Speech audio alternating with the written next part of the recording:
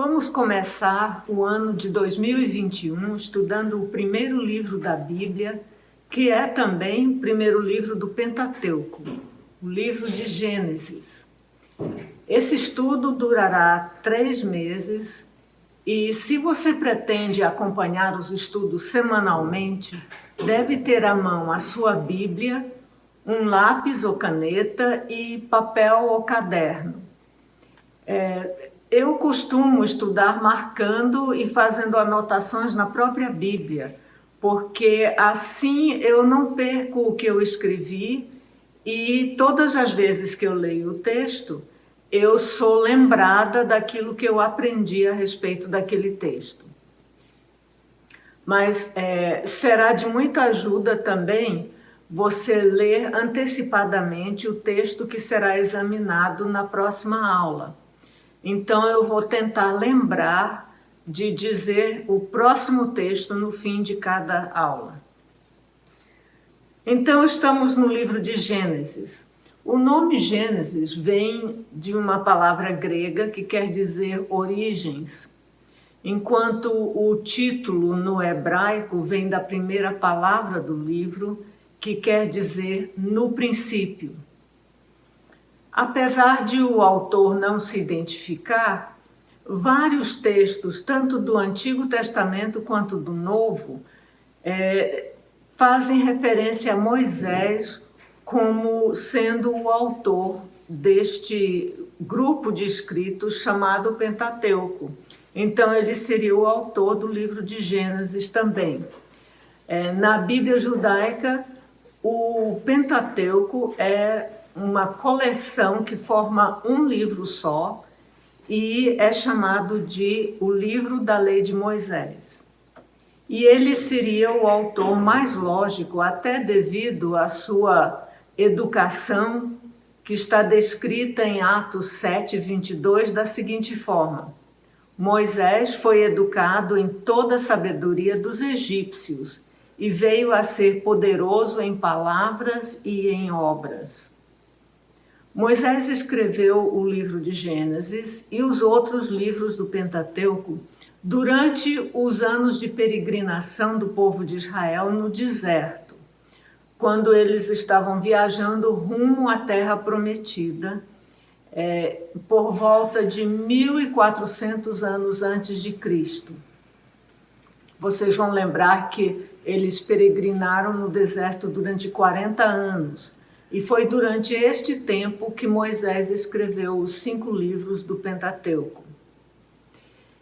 Embora o livro de Gênesis foi escrito por Moisés, ele foi inspirado por Deus mesmo, como uma maneira de revelar a sua pessoa ao povo que ele havia escolhido para uma tarefa especial.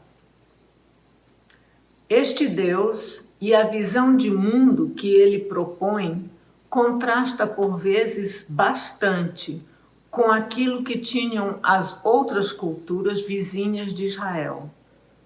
Neste livro, Deus revela alguns fundamentos teológicos importantes, como Deus Pai, Filho e Espírito Santo, o homem, pecado, redenção, aliança, promessa, Satanás e anjos, reino, Israel, julgamento e bênção. Esses conceitos todos têm a sua semente aqui em Gênesis. Mas Deus tinha outro propósito também. Ele queria revelar a este povo, o povo de Israel, a origem deles, a sua história e as promessas que eles estavam herdando. Assim, nós vemos que Gênesis está dividido em 2 partes principais. Os capítulos de 1 a 11 nós chamamos de história primitiva. Abrangem um tempo grande, é um tempo compactado, e não sabemos exatamente o número de anos contido nesse tempo, mas sabemos que é um tempo grande e que foi compactado, quer dizer, Moisés escolheu apenas os detalhes, os eventos que ele considerava importante para este povo entender, para que eles pudessem entender as realidades de Deus e da sua existência. Os capítulos 1 a 11, a história primitiva, portanto, revela a origem do universo, incluindo tempo e espaço, e a primeira experiência humana nas áreas de casamento, família, queda, pecado, redenção, julgamento e nações. Esta divisão, esta parte também apresenta uma mensagem singular sobre o caráter e a obra de Deus. Na sequência dos relatos destes capítulos, brota um padrão que revela a graça abundante de Deus no reagir à desobediência proposital do ser humano.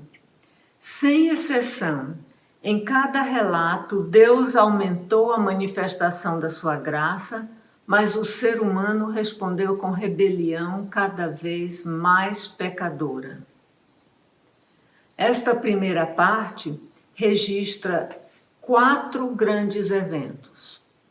A criação, que está em Gênesis capítulos 1 e 2, a queda, nos capítulos 3 a 5, isso inclui a queda e suas consequências imediatas.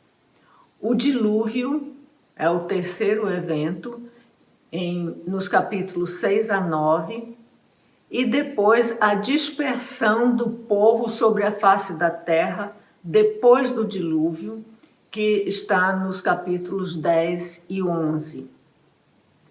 O restante do livro de Gênesis, os capítulos 12 a 50, nós chamamos de história patriarcal e explica a Israel como eles vieram a existir como família, cuja ancestralidade podia ser traçada desde Sem, filho de Noé, por isso chamados de semitas, e o descendente dele, o descendente de Sem, chamado Éber. Portanto, e por isso eles eram chamados de hebreus. Vejamos, em Gênesis 10, os versos 1 e 21, são os versos que nos falam a respeito disso.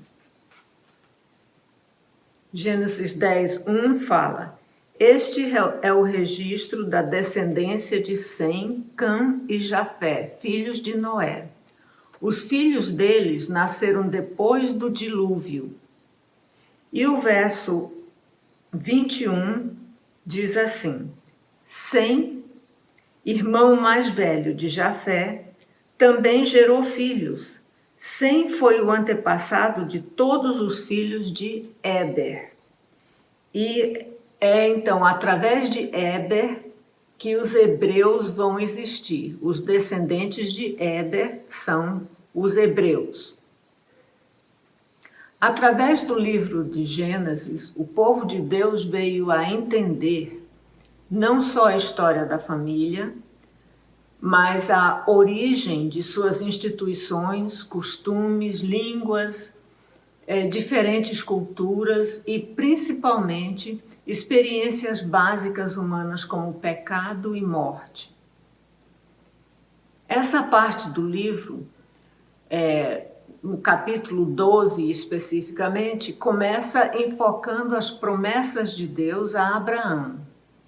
Então, dirige a atenção do povo a uma nação específica, deixa o mundo como um todo e focaliza uma nação específica, a nação de Israel, através da qual Deus realizaria o seu plano de redenção. Porque os israelitas estavam se preparando para entrar em Canaã e desapossar os cananeus de suas casas e propriedades, Deus lhes revelou a história destes seus inimigos. Eles precisavam entender a base real da guerra que estavam para empreender, à luz da proibição de matar que está nos outros 4 livros de Moisés. A história patriarcal focaliza 4 grandes homens: Abraão, Isaque, Jacó e José. Eles são os patriarcas de Israel. O livro de Gênesis também é muito importante porque, como eu disse antes, traz estas sementes de doutrinas que vão ser desenvolvidas no restante das Escrituras e vão ser estabelecidas de modo mais claro no Novo Testamento.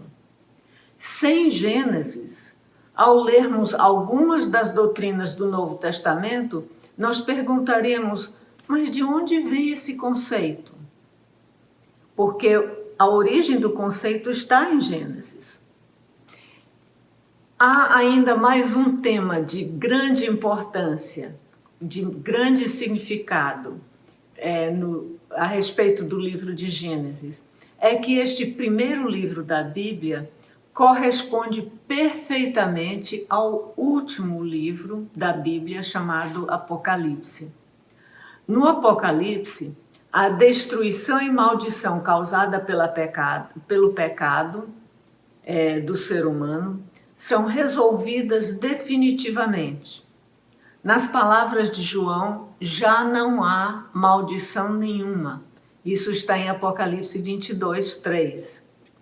E o crente se vê de volta ao paraíso do Jardim do Éden, comendo do fruto da árvore da vida.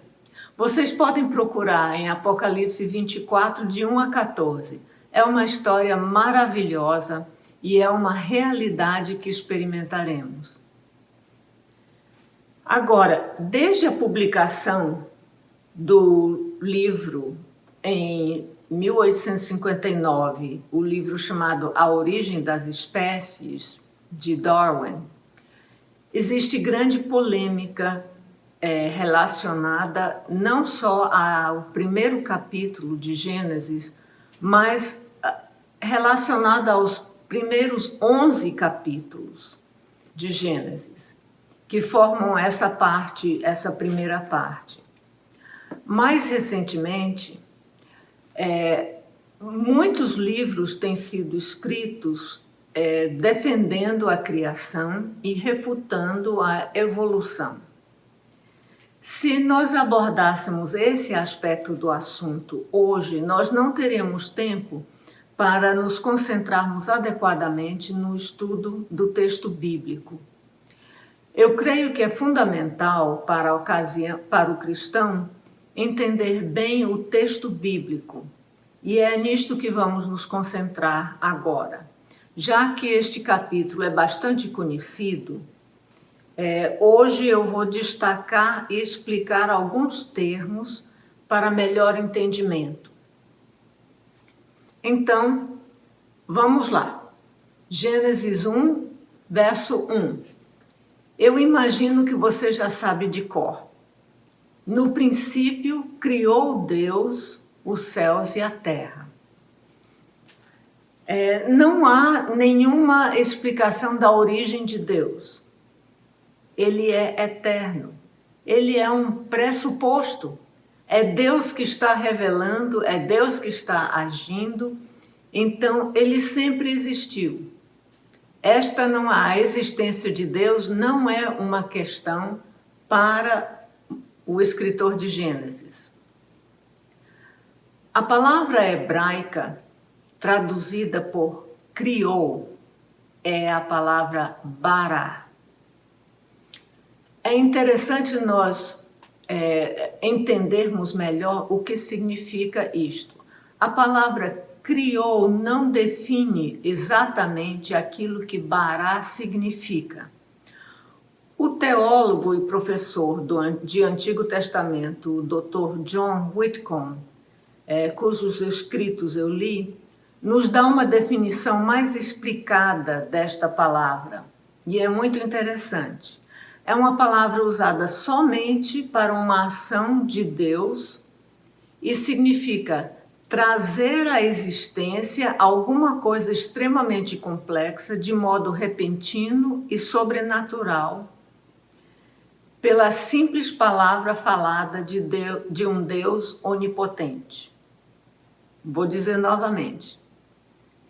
Bará significa trazer à existência alguma coisa extremamente complexa de modo repentino e sobrenatural, pela simples palavra falada de um Deus onipotente.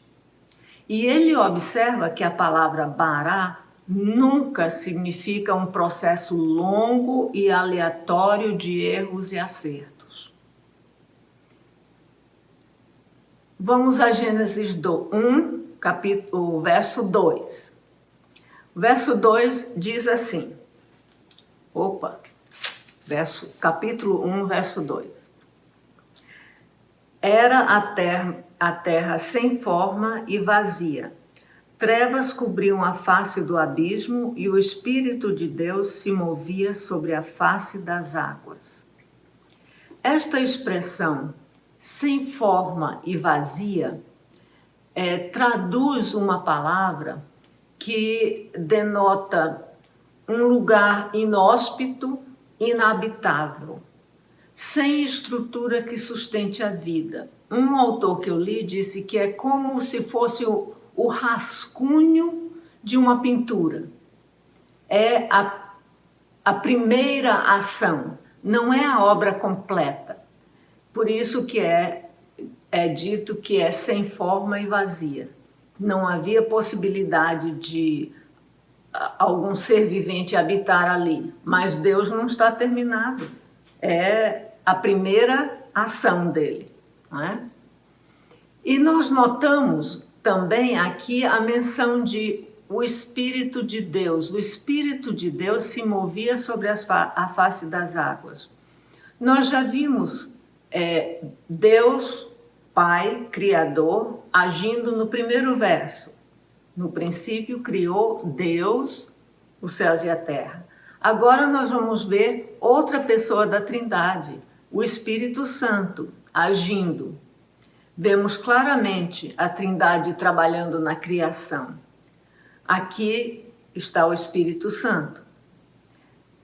Essa triunidade distingue o Deus Todo-Poderoso dos israelitas dos supostos deuses dos vizinhos de Israel. Nós vamos ver daqui a pouco o Filho, Deus Filho. No verso 3, nós lemos o seguinte: Disse Deus, haja luz, e houve luz. Deus viu que a luz era boa e separou a luz das trevas. Deus chamou a luz dia e as trevas chamou noite. Passaram-se a tarde e a manhã. Esse foi o primeiro dia.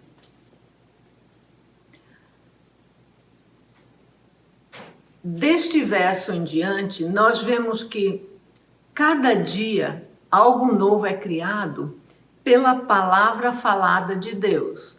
Disse Deus, haja.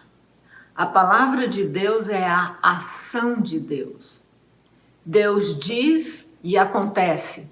Somos lembrados de 3 outros textos bíblicos.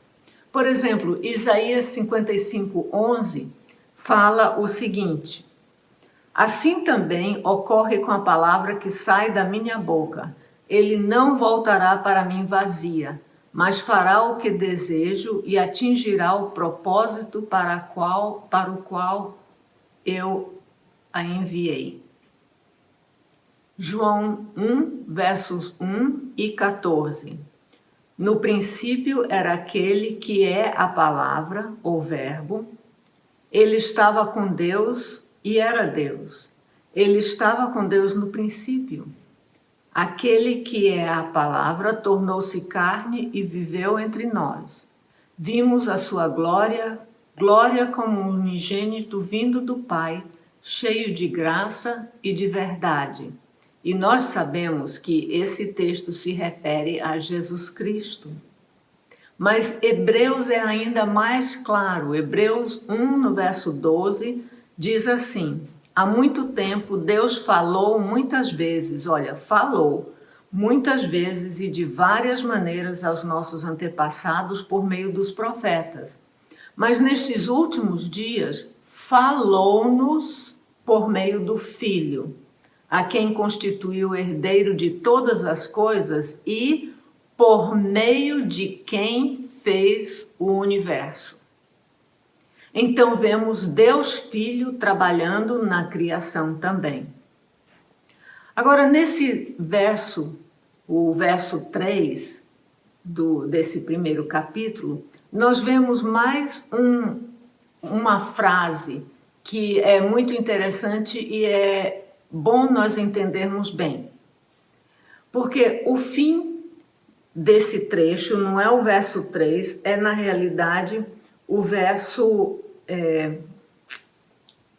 o verso 5, que termina assim: passaram-se a tarde e a manhã, esse foi o primeiro dia.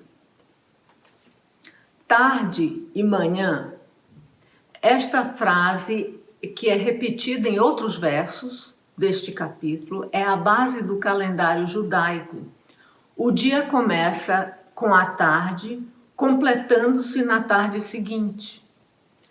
Quase sempre, quando um numeral está com a palavra dia, e no hebraico esta palavra é ion, isso significa, quando está com um numeral junto, isso significa, na Bíblia, um dia normal de 24 horas. Algumas pessoas têm a opinião de que porque ion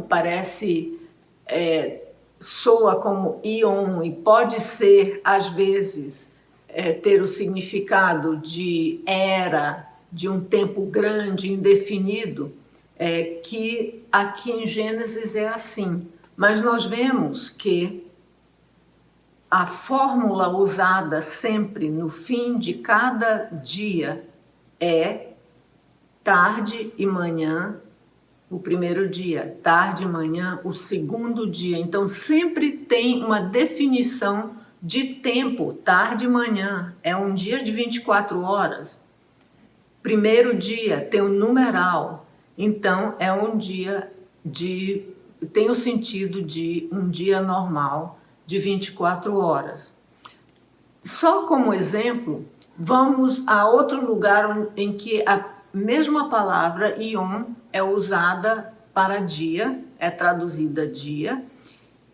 Êxodo 20, os versos 8 a 11.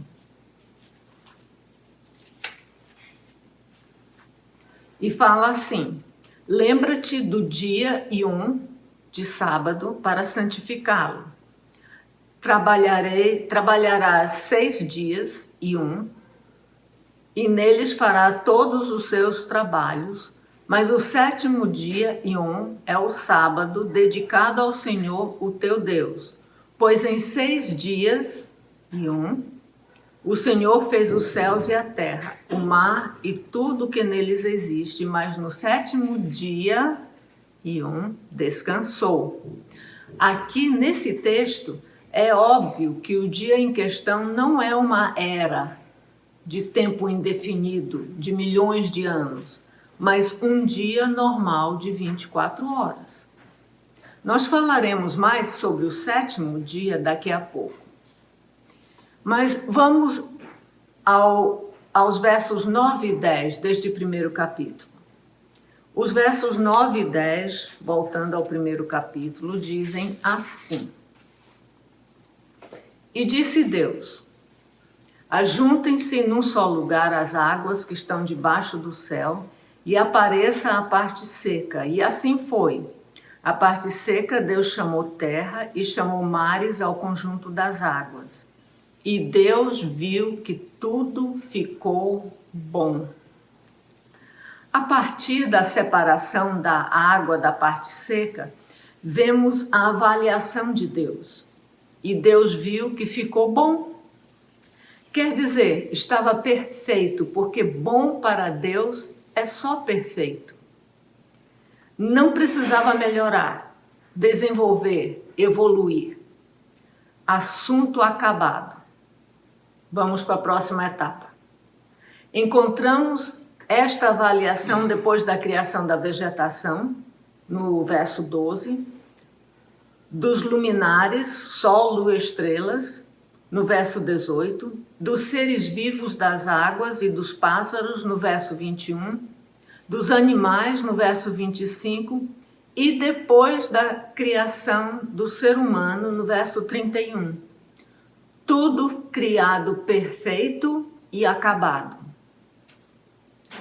Chegando ao verso 26, nós temos o relato de como Deus criou o ser humano. Leiamos, Gênesis 1, de 26 a 31. Então disse Deus: façamos o homem à nossa imagem, conforme a nossa semelhança. Domine ele sobre os peixes do mar, sobre as aves do céu, sobre os grandes animais de toda a terra, e sobre todos os pequenos animais que se movem rente ao chão. Criou Deus o homem à sua imagem, a imagem de Deus o criou. Homem e mulher os criou. Deus os abençoou e lhes disse, sejam férteis e multipliquem-se, encham e subjuguem a terra, dominem sobre os peixes do mar, sobre as aves do céu e sobre todos os animais que se movem pela terra. Disse Deus: eis que lhes dou todas as plantas que nascem em toda a terra e produzem sementes, e todas as árvores que dão frutos com sementes. Elas servirão de alimento para vocês. E dou todos os vegetais como alimento a tudo o que tem em si fôlego de vida, e a todos os grandes animais da terra, a todas as aves do céu e a todas as criaturas que se movem rente ao chão. E assim foi. E Deus viu tudo o que havia feito, e tudo havia ficado muito bom. Passaram-se a tarde e a manhã. Esse foi o 6º dia. Deus criou o ser humano depois de ter preparado tudo para a existência dele, para a sua vida. O ser humano é o mais nobre de todas as criaturas, designado para sujeitar a terra e dominar sobre todos os animais. Somente ele foi criado à imagem de Deus. É isto que habilita o ser humano a adorar o seu Criador e a comungar com ele. É isto que o torna superior aos animais, o ser semelhante a Deus. À luz da ordem de Deus para sujeitar a terra e dominar sobre os animais, a semelhança de Deus é também a habilidade para investigar, entender e administrar estas coisas. À luz dessa narrativa, diante do Criador, não há distinção entre homem e mulher. Ambos foram criados à imagem de Deus. Isso indica a nobreza dos dois sexos. Por isso, é nosso dever honrar nosso aspecto sexual, santificando-o aos propósitos do Criador, em vez de deturpá-lo pela prostituição, pelo adultério ou pelo homossexualismo. Chegamos então ao fim desta parte do relato sobre a criação. Gênesis 2, 1 e 2 falam desta forma. Assim foram concluídos os céus e a terra, e tudo o que neles há. No 7º dia, Deus já havia concluído a obra que realizara, e nesse dia descansou. É importante nós entendermos que a criação é uma obra acabada. O método científico começa pela observação. Sendo a criação uma obra acabada, nenhum cientista será capaz de observar a criação acontecendo. Ela simplesmente já está realizada. Nem poderão observar a evolução acontecendo, porque o que tinha de acontecer já aconteceu. Por causa do pecado e desde a queda, o que se pode observar é a gradual decadência da criação. O universo não é eterno. Ele teve início, foi criado e terá fim. Deus criará um novo céu e uma nova terra. Isso está em vários textos da Bíblia, mas eu escolhi 2 só para demonstrar que isso é realidade. Por exemplo, em 2 Pedro, capítulo 3, o verso 13, 2 Pedro, capítulo 3, o verso 13 diz assim: Nós, porém, segundo sua promessa, aguardamos novos céus e nova terra, nos quais habita justiça. E em Apocalipse, capítulo 21, verso 1,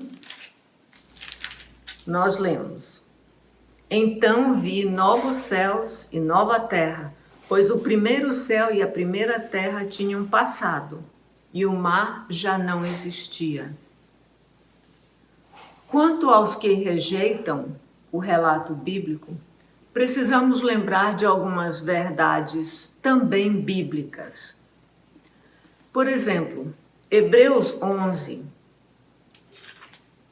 verso 3, diz assim: Pela fé entendemos que o universo foi criado pela palavra de Deus, de modo que o visível não foi feito do que se vê.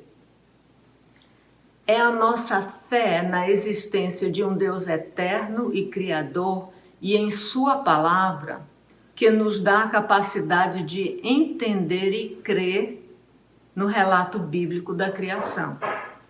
A palavra grega que foi traduzida entender, pela fé nós entendemos, designa um processo de raciocínio mental. Não é uma fé cega, é uma fé informada pela palavra de Deus na qual nós confiamos. 1 Coríntios, no capítulo 2, e o verso 14, nós lemos assim: O homem natural não aceita as coisas do Espírito de Deus, pois lhes são absurdas, e não pode entendê-las, pois se compreendem espiritualmente. Então, está explicado. As pessoas que rejeitam a criação, rejeitam Deus. Os homens naturais não podem entender a criação do mesmo modo que nós entendemos, porque estas coisas são entendidas espiritualmente. O nosso Deus é espantosamente poderoso. Ele nos fez, nós pertencemos a Ele. Então confiemos nele também. Se você quer aprender mais sobre criacionismo versus evolucionismo, visite o seguinte site: criacionismo.org.br. Fácil de lembrar, não é? Ali tem muitos artigos e sugestões de outros sites que podem explicar melhor esta controvérsia.